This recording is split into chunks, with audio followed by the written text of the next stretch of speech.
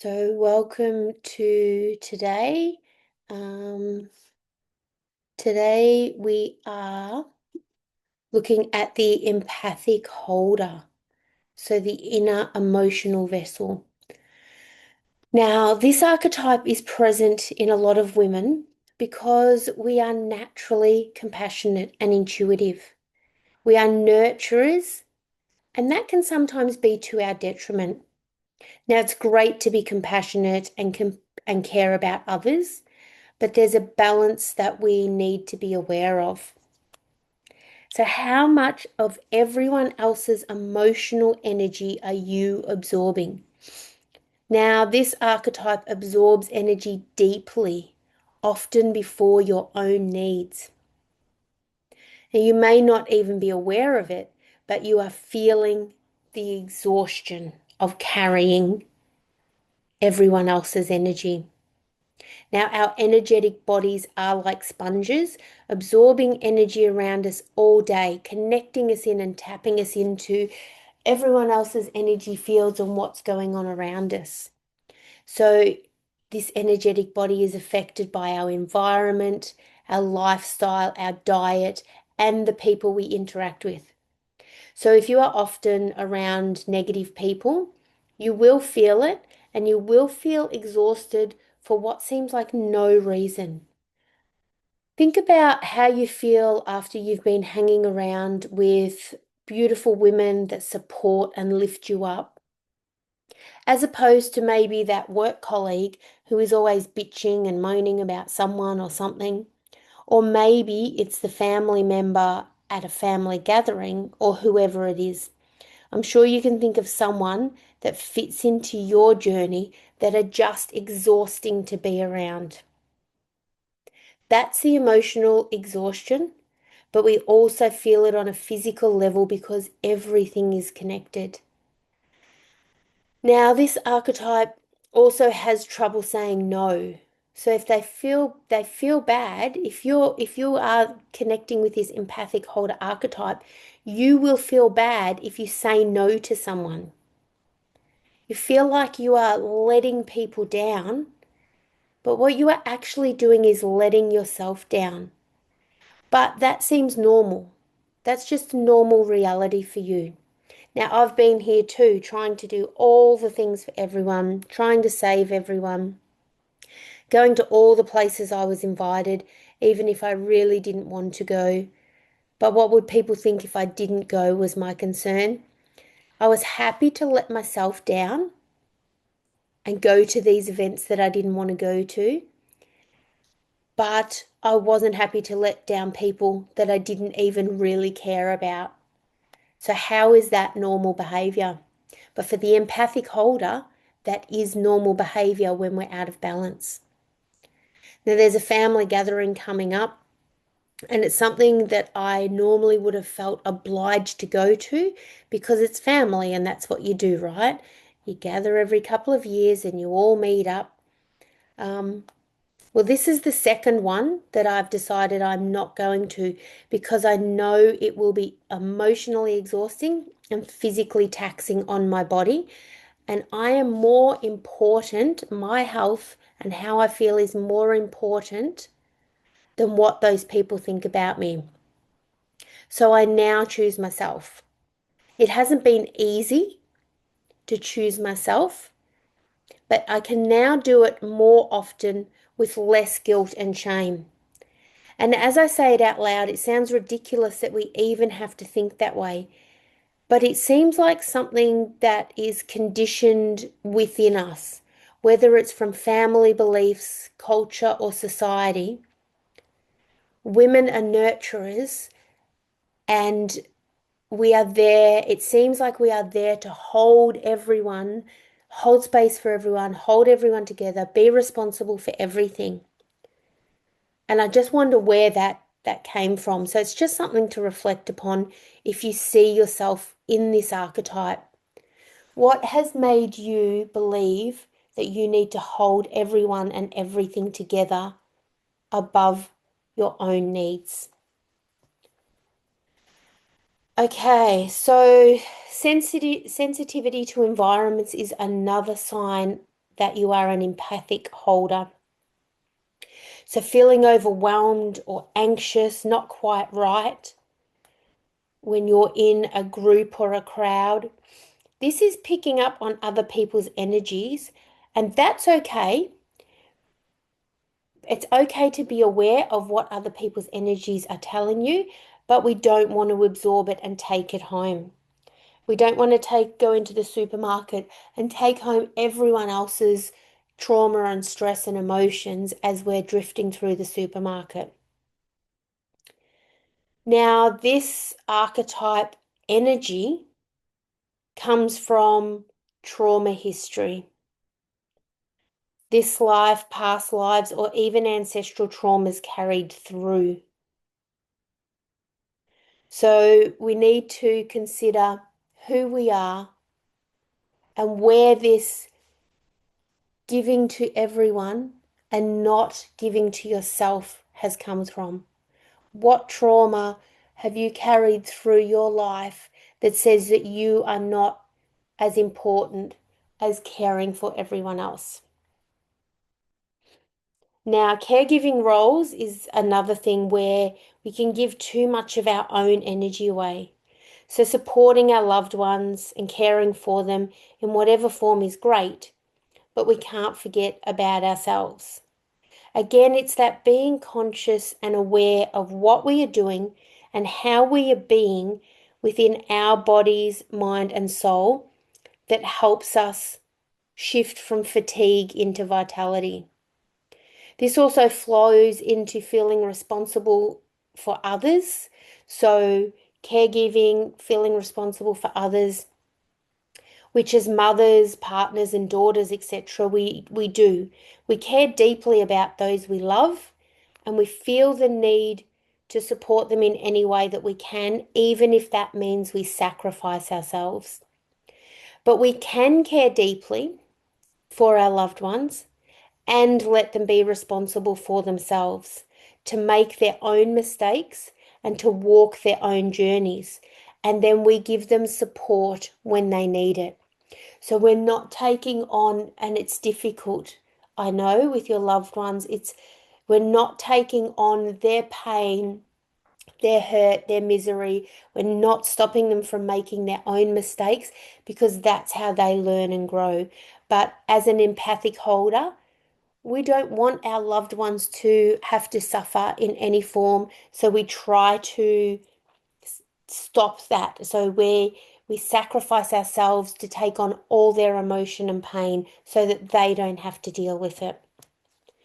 And as the empathic holder, then that's going to reduce our energy levels. Like we're just taking on so much of everyone else's stuff on top of our own stuff.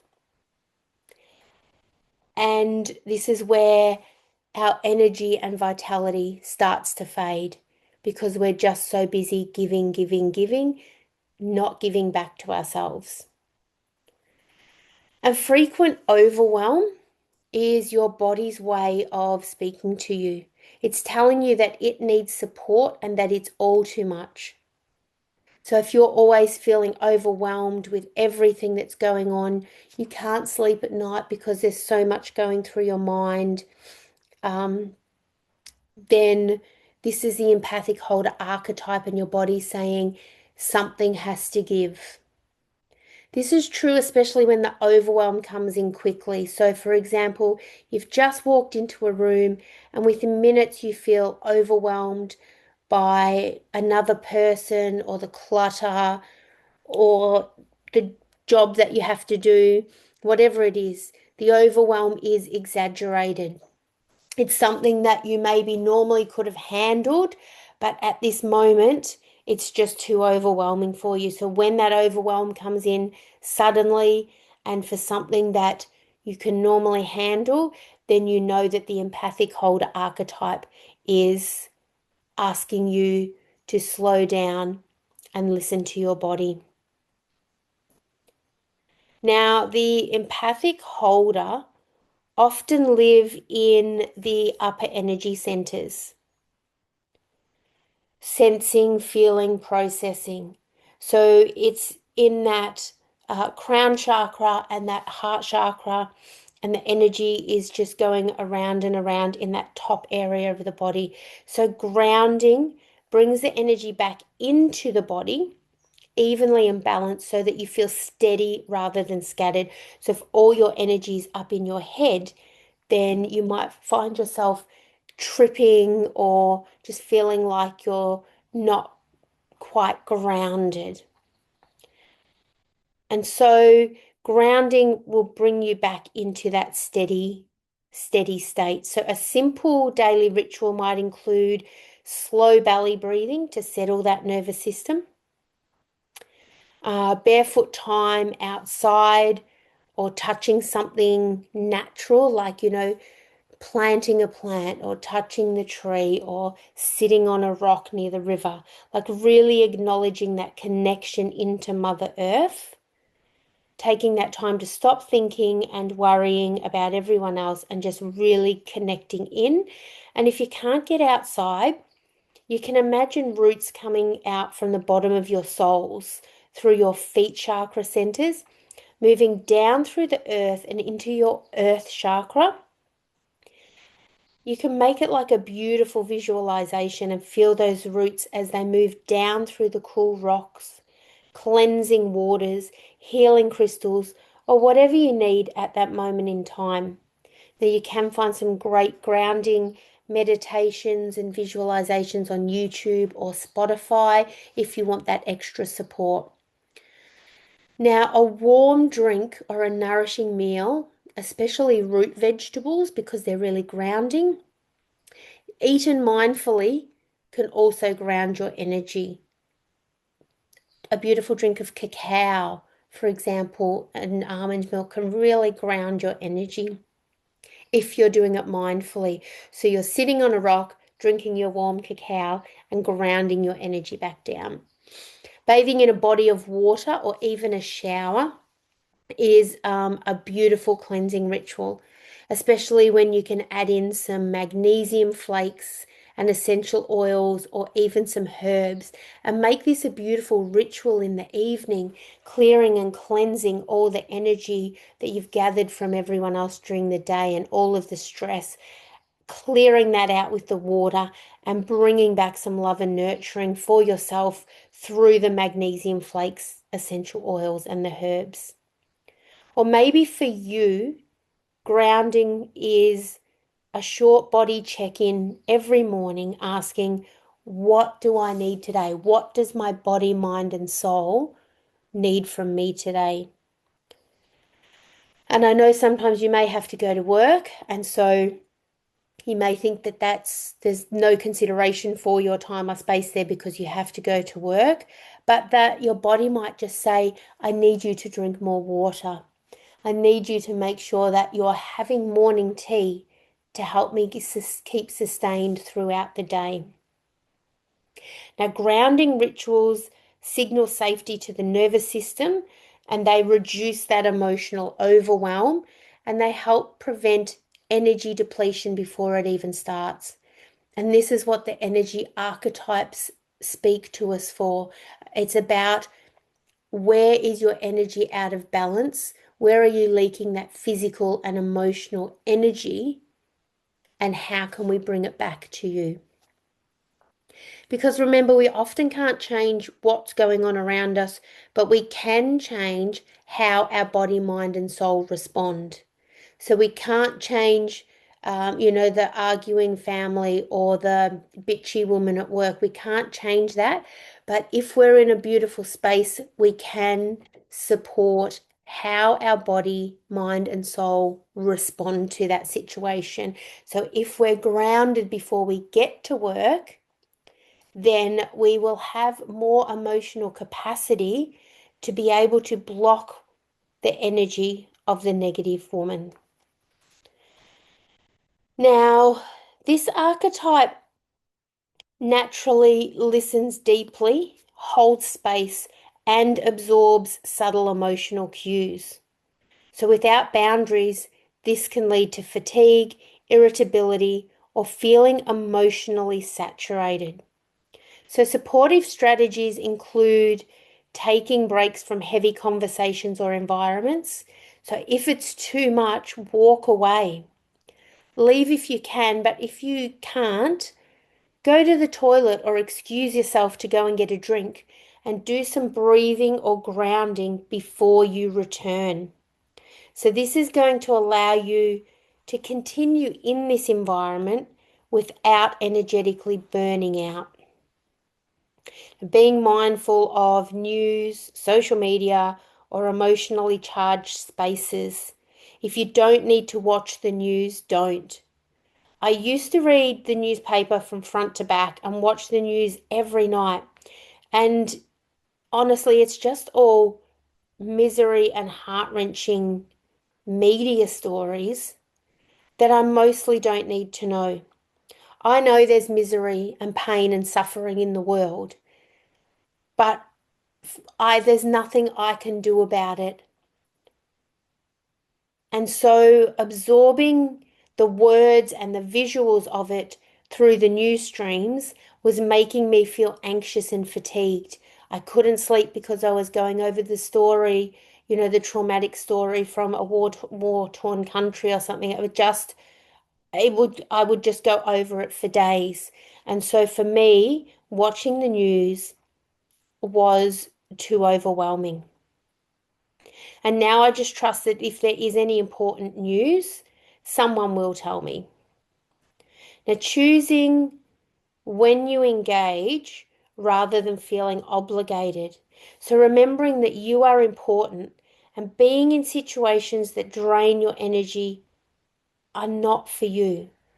So, you walk into a room and someone that you know drains your energy comes over to you, but as an energetic, as the empathic holder, you feel obligated to stay there and have a conversation with that person.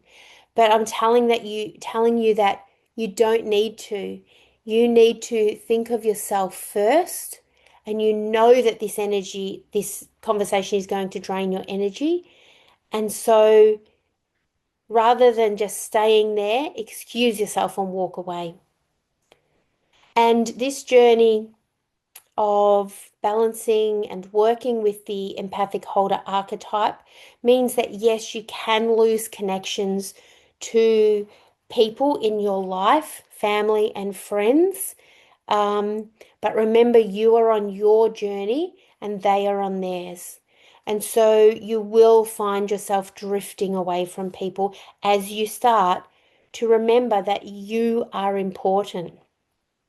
And being in situations that drain your energy are not for you.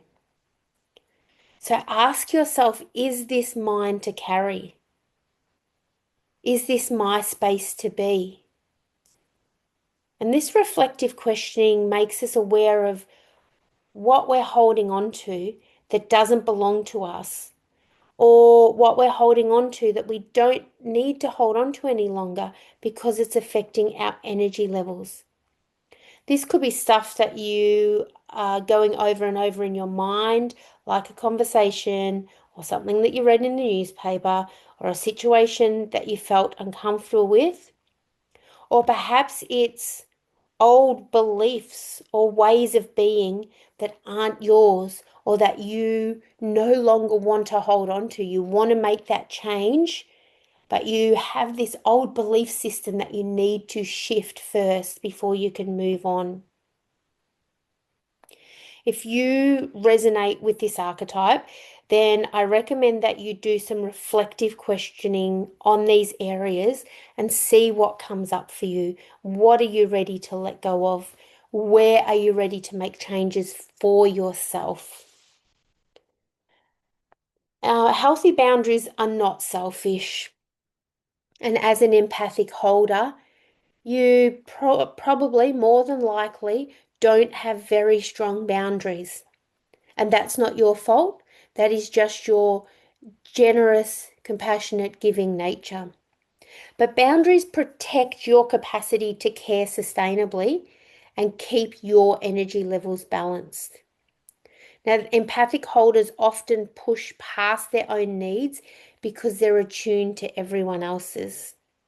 And so when we start to come back and think about our own needs, it can be easier to set those healthy boundaries. Now, scheduling non-negotiable rest. Rest needs to be intentional rather than optional. So sometimes we can perceive that rest is lazy.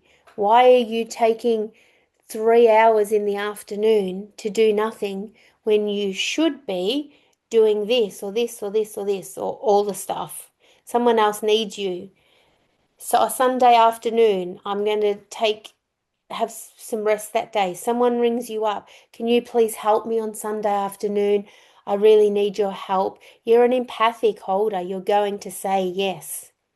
And then you're going to lose that rest time for yourself. These are where we can set those healthy boundaries for ourselves.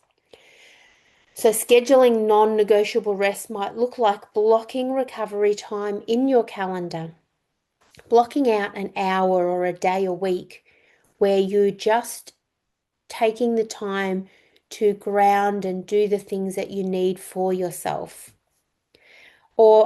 And prioritizing sleep and quiet mornings. So sleep is kind of just something we do. It's nighttime, we go to bed, we lie down, we get up in the morning, we do what we have to do. But sleep is that time of restoration for our body, mind, and soul. So if we're not making sure that we're having a beautiful sleep, setting a beautiful sleep routine if you need to, whatever it is that you need to make sure that sleep is not just an afterthought. And quiet mornings means not rushing. So you're not getting up, slamming down a coffee and rushing as fast as you can, because then you're increasing your cortisol, your stress hormone. And if you start the day with high stress hormones, you are never going to be able to set boundaries and you're not going to be able to rest. So trying to have quiet mornings, slower mornings is going to set you up for your day much better. Now, doing gentle solo activities that refill your body, mind, and soul rather than doing something stimulating. So you've got a day off, you've got some time for yourself. So you might go, I don't know, whitewater rafting or, something really out there where you're increasing your cortisol and you're using more energy rather than doing something that you really love, which might be, reading a book under a tree or on the beach, or going for a beautiful, gentle swim or a walk, or, whatever it is that refills you and supports your body rather than overstimulating it. And also allowing guilt-free pauses during busy periods. So it's coming up to Christmas. You've got, all of these different functions, people asking you everywhere. There's work deadlines, whatever it is, there's all this stuff. You're hosting Christmas, so you've got to get all this stuff ready. And it's a busy, busy period for you. These are the times where we need to make sure as empathic holders that you are taking rest at this time. So scheduling that non-negotiable rest, saying no to some of the events or functions that you're invited to so that you can rest and get through that time and still have that energy and vitality as you come into the end of December and the new year. Now, regular rest is not only just for our energy, it also supports our hormone balance, our nervous system regulation, our emotional resilience, and we have clearer intuition. When you're busy and you're not rested and all your energy's up in your mind and your heart space, you're not open to that clear intuition. And so your intuition might be trying to speak to you, but your busy mind is overriding that, and there's kind of all this disconnect and overwhelm going on. So when we have more rest, we have clearer intuition. Now, when the empathic holders are aware, their energy becomes more stable, Emotional clarity improves, so you're better able to make decisions and set boundaries. Your physical fatigue reduces, and that intuition becomes calmer rather than overwhelming.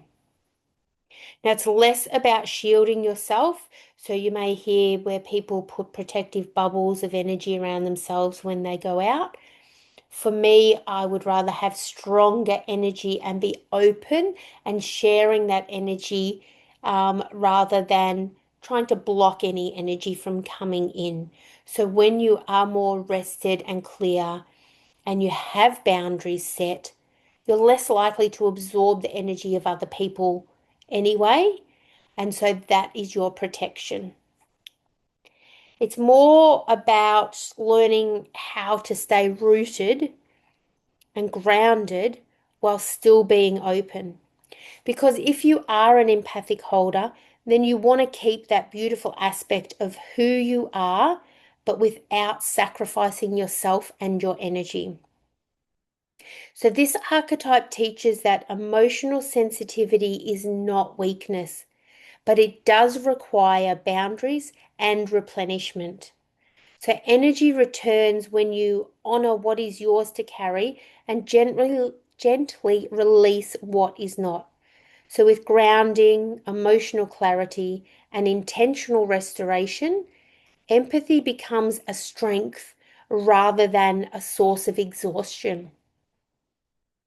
Now, I've popped another affirmation on here today or a journal prompt. I can care deeply without carrying everything.